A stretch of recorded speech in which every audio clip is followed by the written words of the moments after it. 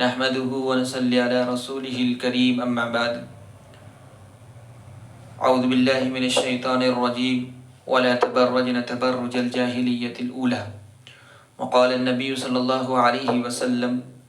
ونساء كاسيات عاريات مميلات مائلات رؤوسهن كأسنمة البخت المائلة لا يدخلن الجنة ولا يجدن ريحها وإن ريحها ليوجد من مسيرة كذا وكذا أو كما قال عليه الصلاة والسلام۔ معزز ناظرین کرام، آج کا میرا آنے کا مقصد وہ یہ ہے کہ کیا دین اسلام میں عورتوں کے لیے اس بات کی اجازت ہے کہ وہ اپنے بدن کے اوپر ایسے کپڑوں کو زیب تن کریں، اس میں بدن کی نمائش اور بدن کے اعضاء اور بدن کے ساخت وہ ظاہر ہوتے ہوں۔ لہذا میں نے اس سلسلے میں آپ حضرات کے سامنے قرآن کریم کی سورہ احزاب کی ایک آیت کی ٹکڑی کی بھی تلاوت کی اور احادیث مبارکہ کی بھی تلاوت کی۔ چنانچہ نبی کریم صلی اللہ علیہ وسلم نے فرمایا کہ بہت سی عورتیں، بعض روایت میں رب کاسیاتن کا بھی لفظ جو ہے آتا ہے، اس قسم کے الفاظ آتے ہیں کہ بہت سی عورتیں ایسی ہوں گی کہ وہ نساء کاسیات عاریات کے کاسیات کپڑے پہننے کے باوجود عاریات برہنہ ہوں گی۔ آگے نبی کریم صلی اللہ علیہ وسلم نے فرمایا کہ ممیلات وہ خود جو ہے مائل کرنے والی ہوں گی، اور مائلات اور مائل ہونے والی ہوں گی اور دوسروں کو مائل کرنے والی ہوں گی، مائلات۔ رؤوسہن ان کے سر کأسنمۃ البخت المائلہ بختی اونٹ کے کوہان کے مانند جو اونچے اونچے ہوں گے۔ آگے فرمایا کہ لا يدخلن الجنہ، ایسی عورتیں ہرگز جنت میں جو داخل نہیں ہوں گی، ولا یجدن ریحہا، نہ وہاں کی جو ہوا کو وہ پائیں گی، یعنی وہاں کی خوشبو کو وہ پائیں گی، وان ریحہا، اور بلا شبہ جنت کی ہوا، لیوجد من مسیرۃ کذا وکذا، اتنی دور کی مسافت سے جو پائی جاتی ہے۔ اور دوسری روایت میں من مسیرۃ 500 کے بھی جو ہے الفاظ ہیں۔ لہذا اس احادیث مبارکہ کی روشنی میں یہ بات 2-4 کی طرح واضح ہے کہ دین اسلام میں اس بات کی جو گنجائش نہیں اور اس بات کی اجازت نہیں کہ ایسے کپڑوں کو جو ہے زیب تن کیا جائے جس میں جو ہے بدن کی نمائش ہوتی ہو۔ دوسری مرتبہ، بہت سی مرتبہ سوال یہ بھی ہوتا ہے جو ہے، چلیے کپڑے کی یہاں تک جو ہے بات رہی یہ تو ایک طرف، لیکن اسی طریقے سے میک اپ وغیرہ کے لائن سے اس کی جو ہے کیا حد ہوگی دین اسلام کے اندر۔ چنانچہ اس سلسلے میں اللہ تبارک و تعالیٰ نے فرمایا کہ وَلَا تَبَرَّجْنَ تَبَرُّجَ الْجَاهِلِيَّةِ الْأُولَى، کہ تم نہ دکھلاتی پھرو جیسا کہ پہلے دکھلانے کا دستور تھا جاہلیت کے زمانے میں۔ دوسرا یہ کہ تم بناؤ سنگھار نہ کرتی پھرو پہلے جاہلیت کے زمانے کے بناؤ سنگھار کرنے کی طرح۔ لہذا اب بہت سی مرتبہ جب اس قسم کی جو ہے قرآن کریم کی آیات اور حدیث مبارکہ کو سامنے جب رکھا جاتا ہے، پیش کیا جاتا ہے، تو بہت سی مرتبہ جو ہماری بعض دینی بہنیں ان کے ذہن میں یہ بات آتی ہے، حالانکہ آنا نہیں چاہیے، کہ کیا دین اسلام کے اندر اتنی سختی اور اتنی ممانعت کیوں؟ کیا ہم اپنے مرضی کے جو ہے کپڑے بھی نہ پہنیں، اپنے مرضی کے کپڑے بھی زیب تن نہ کریں؟ اس قسم کے جو ہے سوال ذہن میں آتے ہیں۔ اب کئی لوگوں نے براہ راست مجھ سے پوچھا بھی، تو اس کا جواب یہ ہے، یاد رکھیے، اس بات کو آپ ذہن نشین کر لیجئے کہ دین اسلام کے اندر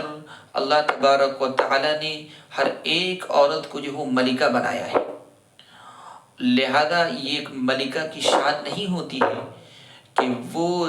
جب چاہے، جہاں چاہے، جس کے سامنے چاہے اپنے بدن کی جو ہے نمائش، اپنے جو ہے ساخت کا جو اظہار وہ جو کرتی پھرے۔ لہذا یہ احادیث مبارکہ کی روشنی میں آپ نے دیکھا کہ اس ایسی عورت کے لیے کتنی بڑی وعید ہے کہ کاسیات عاریات کے کپڑے پہننے کے باوجود برہنہ ہوں گی۔ اس احادیث مبارکہ کو سمجھنے کے لیے، حدیث پاک کے اس ٹکڑے کو سمجھنے کے لیے، یہ آج کل کا جو ہمارا جو زمانہ ہے وہ آپ دیکھ رہے ہیں کہ کیسے کیسے لباس ہوتے ہیں، گویا کہ ایسے ہوتے ہیں کہ پہننے کے باوجود تو ایسا لگتا ہے کہ کپڑے ہی نہیں پہنے۔ آگے اللہ کے نبی نے فرمایا کہ پھر ان عورتوں کی جو ہے بات یہ ہوتی ہے، ان کی ایک پہچان یہ ہوتی ہے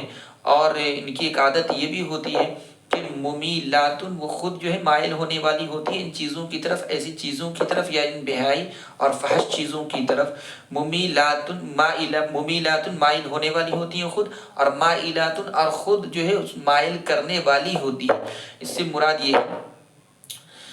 کہ مائل کرنے والی ہوتی ہیں، یعنی کہیں نہ کہیں وہ دوسری عورتوں کو بھی ایسے زیبتن اور ایسی چیزوں کو، ایسی جو ہے بے حیائی کی چیزوں کو اختیار کر کے اپنی طرف مائل کر رہی ہوتی ہیں، دعوت دے رہی ہوتی ہیں کہ آؤ آیا تم بھی کرو۔ ایک مطلب تو یہ، دوسرا مطلب یہ کہ ان کا نکلنے کا مقصد اس طریقے سے زیبتن کو جو ہے کپڑے کر کے، مقصد ہی یہی ہوتا ہے کہ جو مرد حضرات ہیں، میں چوک چوراہے پر نکلوں اور وہ میری طرف مائل ہوں، میری طرف متوجہ ہوں اور میں اپنے حسن کا جو اس کے سامنے اظہار کروں۔ اور دوسری ایک نشانی یہ بھی اللہ کے نبی نے فرمائی کہ رؤوسہن، ان کے سر جو ہے کاسنمۃ البخت المائلہ، بختی اونٹ کے کوہانوں کے مانند جو ہے اونچے ہوں گے۔ لہذا اس دور میں بھی ہم دیکھتے ہیں جس سے جو ہے شارحین نے اور جو مفسرین نے جو ہے بہت ساری باتیں جو اس لائن سے جو ہے بیان کی، ان میں سے ایک یہ بھی کہ اس سے مراد یہ ہے کہ عام طور پہ جو عورتیں اپنے سروں کے اوپر جو جوڑا بنا لیتی ہیں اور اس کو اونچا کر کے پھر حجاب وغیرہ جو باندھ لیتی ہیں، وہ ایک ایسا محسوس ہوتا ہے گویا کہ وہ کوہان وغیرہ اونٹ وغیرہ کے ہوں۔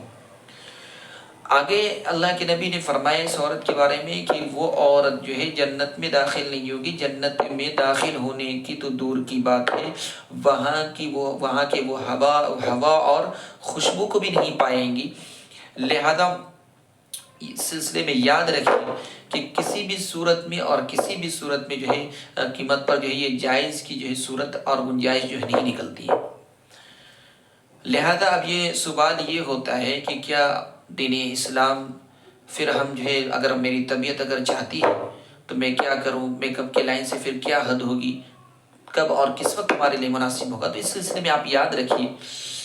کہ دین اسلام میں کوئی اگر ایسے کپڑے اگر زیبتن کرنا چاہتی ہے تو یاد رکھیے کہ وہ کسی اور کے سامنے، غیر محرم کے سامنے ان چیزوں کا اور ایسے کپڑوں کے پہننے کی اجازت نہیں، میک اپ کر کے جو ہے جانے کی اجازت نہیں۔ لہذا ایسے کپڑوں کا پہننا غیر محرم تو دور کی بات، محرم کے سامنے بھی جو پہننے کی اجازت نہیں۔ لہذا اب جو ان عورتوں کے لیے مسئلہ اور معاملہ یہ ہوگا کہ یہ عورتیں، ان عورتوں کے لیے ان تمام چیزوں کا اختیار کرنا صرف اپنے شوہروں کے لیے جو جائز ہے۔ لیکن اب شوہروں کے لیے بھائی جو من میں آئے، جو کپڑا پہننا ہے، جس طریقے کا پہننا ہے، محض اور فقط یا جس لائن کا جو بھی میک اپ کرنا ہے، وہ فقط اور فقط وہ شوہر کے لیے ہی جو ہے جائز ہے، اور شوہر کے سامنے ہی ان چیزوں کو اختیار کرنا چاہیے، نہ کہ کسی اور کے سامنے۔ اچھا ایک بات میں بتاتا چلوں کہ شوہر کے سامنے اور شوہر کے لیے، تو میں اس ایک بات کی یہاں پر تھوڑی وضاحت کرتا چلوں کہ شوہر کے سامنے بھی اس وقت مناسب ہے کہ جہاں پر جوائنٹ فیملی نہ ہو، یا وہ ایسے گھر میں رہتے ہوں، ایسے بیت میں رہتے ہوں کہ وہ وہاں جو ہے کوئی ہوشیار بچے تک بھی نہ ہو، کوئی جو اور وہاں لوگ نہ رہتے ہوں، تو پھر شوہر کے سامنے ان چیزوں کا اختیار کریں۔ اسی طریقے سے کوئی بیت میں رہتے ہوں، گھر میں، چھوٹے گھر میں یا دار میں، بڑی حویلی میں، تو ان ساری باتوں کا وہ خیال رکھیں کہ اگر اس گھر میں کوئی اور بھی رہتے ہیں، ہوشیار بچے رہتے ہیں، تو پھر وہاں پر بھی مناسب نہیں ہے کہ آپ شوہر کے سامنے بھی جو ہے اس کی ایسے کپڑوں کو جو ہے اختیار کریں، یا پھر جو ہے اس قسم کے جو فیشن وغیرہ کے لائن سے جو چیزیں ہوتی ہیں، میک اپ وغیرہ اختیار کریں۔ ہاں اتنا ضرور ہے کہ اگر ایسے گھر ہوں جہاں بیت ہو یا دار وغیرہ ہو، تو پھر اس بیت یا دار میں جو ہے حجرہ ہوگا، کمرہ ہوگا، پرسنلی آپ کا جو کمرہ ہے، پھر اس کمرے کے اندر آپ شوہر کے سامنے آپ کو جو من ہو، جیسے کپڑے پہننے ہوں، آپ جو وہاں ساری چیزیں، میک اپ ہے اور بدن کے اندر خوشبو ہے، یہ ساری چیزیں صرف آپ شوہر کے لیے کریں۔ اور دین اسلام میں عورت کے لیے ان ساری چیزوں کا اختیار صرف ایک کے لیے دیا گیا ہے، اور وہ ایک شخص صرف وہ ان کا جو ہے شوہر ہے، باقی کسی کے لیے نہیں۔ دین اسلام نے اس بات کی تعلیم دی کہ اللہ تبارک و تعالیٰ نے تم کو خاص اور مخصوص اور امپورٹنٹ بنایا ہے. تم بالکل جس کے من میں آئے تم ہر کسی کے لیے جو اعلی کار بن جاؤ، ہر کسی کے استعمال کا جو ذریعہ بن جاؤ، ہر کسی کے آنکھوں کی جو ٹھنڈک کا تم جو ہے ذریعہ بنو، ہر کسی کے دل کا تم سرور بنو. یہ دین اسلام نے اس بات کی اجازت نہیں. اگر آپ کو جو آنکھوں کی ٹھنڈک بننی ہے، دلوں کا سرور بننا ہے، تو اپنے شوہروں کے لیے بنو. اور صرف آپ کو اپنے شوہر کے سامنے ان ساری چیزوں کی اجازت ہے اور کرنا چاہیے، اختیار کرنا چاہیے، اور ان ساری چیزوں کو کریں ان ساری کنڈیشن کے ساتھ، تو کوئی دقت نہیں، کوئی جو ہے اس پر پھر مواخذہ نہیں وغیرہ وغیرہ. لہذا عام طور پہ آپ دیکھتے ہیں گھروں میں معاملہ کیا ہوتا ہے. گھروں میں معاملہ عام طور پہ یہ ہوتا ہے، جو شادی شدہ ہیں، شوہر والی ہی ایسے گھر میں وہ رہتی ہیں. اگر ایسے گھر میں رہتے ہیں جوائنٹ فیملی میں، تو پھر ایسے کپڑے زیب تن کرنے سے بھی اور خوشبو وغیرہ سے بھی احتیاط کرنی چاہیے جہاں جوائنٹ فیملی ہو. لیکن میں نے آپ کو پہلے ہی کہا کہ حجرے میں پھر ان ساری چیزوں کو اختیار کرے، کوئی دقت نہیں ہے. لہذا ایک بات کہ میں اور وضاحت کرتا